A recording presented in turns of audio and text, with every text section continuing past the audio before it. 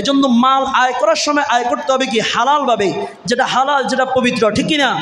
এবং ব্যয় করার সময় এমন জায়গায় ব্যয় করতে হবে যে জায়গায় ব্যয় করলে আপনার দুনিয়াও সুন্দর হবে, আখিরাতও সুন্দর হবে।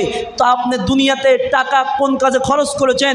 আপনি কি টাকা গানের কনসার্টের মধ্যে দিয়েছেন, নাকি আলে বাইত রসুলের মহব্বতে, আলে বাইত রসুলের শানে খরচ করেছেন, মিলাদুন নবীতে খরচ করেছেন, মানুষকে খাওয়ানোর মধ্যে খরচ করেছেন, গরিব দুঃখীদের পাশে দাঁড়ানোর মাধ্যমে তাদেরকে টাকা পয়সা দিয়ে, একটা মেয়ে বিবাহ দিতে পারতেছে না, তাকে কিছু টাকা দিয়ে হেল্প করে আপনার বিবাহের কাজটা সম্পূর্ণ করে দিয়েছেন।